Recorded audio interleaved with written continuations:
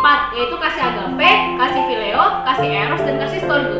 Kasih agape adalah kasih tak bersyarat. Ini menggambarkan hubungan Allah dengan kita, yaitu manusia, seperti yang tertulis dalam kitab 1 Yohanes 4 ayat 8. Barang siapa tidak mengasihi, ia tidak mengenal Allah, sebab Allah adalah kasih. Kasih kedua adalah kasih phileo, kasih yang menggambarkan hubungan Yesus dalam murid. Ini di dalam kehidupan sehari-hari juga dicontohkan pada hubungan kakak dan adik. Kasih ketiga adalah kasih eros, kasih yang menggambarkan cinta kasih lawan jenis. Secara kontekstual iman Kristen, kasih eros adalah kasih yang perlu dijaga dalam hubungan suami istri, dan kasih eros ini merupakan kasih yang melibatkan jiwa dan perasaan. Keempat, kasih storge, kasih yang menggambarkan hubungan antara orang tua dan anak, atau sebaliknya, anak dan orang tua. Jadi, kasih adalah kekuatan untuk mendahulukan orang lain dan kekuatan untuk tidak mementingkan diri sendiri. Karakter buah roh selanjutnya adalah sukacita. Coba kita buka di dalam 1 Tesalonika 1 ayat 6. Dan kamu telah menjadi penurut kami dan penurut Tuhan. Dalam penindasan yang berat, kamu telah menerima firman itu dengan sukacita yang dikerjakan oleh Roh Kudus. Pada ayat ini menjelaskan jemaat Tesalonika mengalami tekanan berat karena penganiayaan, tetapi mereka terus mengalami sukacita yang besar. Bagaimana dengan kita yang saat ini mengalami pandemi corona? Apakah sukacita kita untuk selalu bersyukur pada Tuhan akan hilang?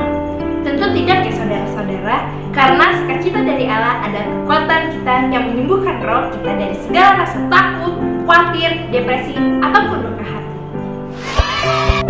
Roh yang memiliki karakter damai sejahtera. Damai sejahtera yang dalam bahasa Yunani yaitu Erine, yaitu merupakan terjemahan bahasa Yunani atau Ibrani, Shalom, menggambarkan ekspresi dari kesempurnaan atau ketenangan jiwa yang tidak dipengaruhi oleh keadaan apapun. Artinya ketika kita memiliki damai sejahtera, kita merasakan ada kekuatan untuk merasa tenang. Kita tidak mudah panik ketika dihadapkan dengan masalah atau menjadi orang yang ragu-ragu dalam mengambil suatu keputusan, karena kita merasakan tidak ada tekanan apapun yang membuat kita goyah. Ayatnya ada di Matius 5 ayat 9. Berbahagialah orang yang membawa damai, karena mereka akan disebut anak-anak Allah. Yohanes 14 ayat 27. Damai sejahtera aku tinggalkan bagimu. Damai sejahtera aku kuberikan kepadamu. Dan apa yang kuberikan tidak seperti yang diberikan oleh dunia kepadamu. Janganlah gelisah dan gentar hatimu. Yohanes 16 ayat 33. Semuanya itu kukatakan kepadamu, supaya kamu beroleh damai sejahtera dalam aku. Dalam dunia kamu menderita penganiayaan, tetapi kuatkanlah hatimu. Aku telah mengalahkan dunia. Roh yaitu memiliki karakter kesabaran. Kita sering mendengar orang berkata bahwa sabar ada batasnya. Apakah itu benar? Sabar itu tidak ada batasnya. Justru kita sendirilah yang membuat batasan.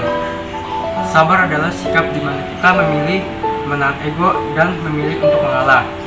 Dalam kitab Roma 12 ayat 12, yaitu bersukacitalah dalam pengharapan, sabarlah dalam kesesakan, dan bertekunlah dalam doa.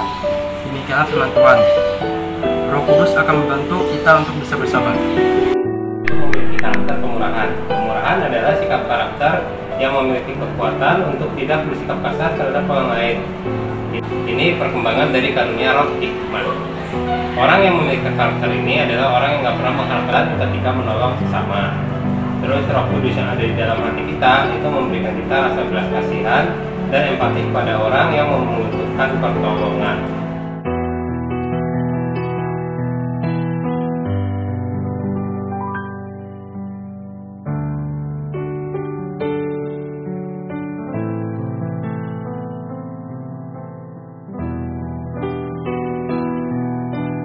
Di dalam Roh Kudus juga ada yang namanya roh kebaikan. Roh kebaikan ini adalah itu berarti kita mendapati apa yang harus kita lakukan untuk berbuat baik secara moral, baik melalui diri sendiri ataupun berbuat baik secara moral ke orang lain dan sekitar yang ada di tempat kita. Itu kita bisa baca di Roma 12 ayat 21. Janganlah kamu kalah terhadap kejahatan, tetapi kalahkanlah kejahatan dengan kebaikan. Apa sih itu kesetiaan? Kesetiaan artinya berpegang teguh pada janji atau pendirian kita pada Tuhan atau seseorang. Bagaimana sih kita bisa hidup dalam kesetiaan? Kita harus selalu bersandar pada dan setia pada Tuhan. Kesetiaan Tuhan itu tidak pernah berubah untuk diri kita. 2. Belajar setia mulai dari hal-hal kecil. Seperti yang ada tertulis di firman Tuhan di Lukas 16 ayat 10. Barang siapa setia dalam perkara kecil, ia setia juga dalam perkara besar. Dan barang siapa tidak benar dalam perkara kecil, ia tidak benar juga dalam perkara besar. Tetap semangat, tetap setia, jangan putus asa, jangan pernah menyerah. Tuhan Yesus berkati. Karakter roh selanjutnya yang akan kita bahas adalah kelemah lembutan. Kelemah lembutan adalah salah satu karakter yang harus dimiliki oleh orang Kristen.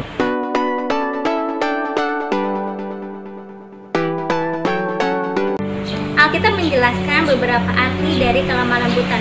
Yang pertama, tunduk kepada Tuhan seperti Daud. Yang kedua, mudah dibentuk dan diajar. Seperti yang tertulis dalam kitab Yakobus pasal 1 ayat 21. Sebab itu, buanglah segala sesuatu yang kotor dan kejahatan yang begitu banyak itu, dan terimalah dengan lemah lembut firman yang tertanam di dalam hatimu yang berkuasa menyelamatkan jiwamu. Karakter buah roh yang terakhir ialah penguasaan diri. Mengendalikan atau menguasai diri berarti menahan diri untuk tidak melakukan suatu keinginan. Contoh tokoh Alkitab yang tidak menguasai diri ialah Simpson. Ia diberikan kekuatan namun ia jatuh dalam kelemahannya sendiri.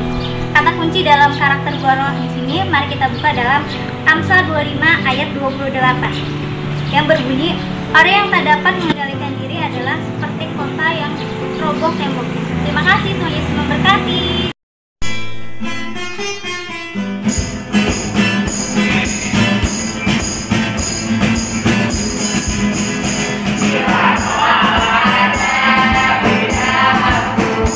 kasih.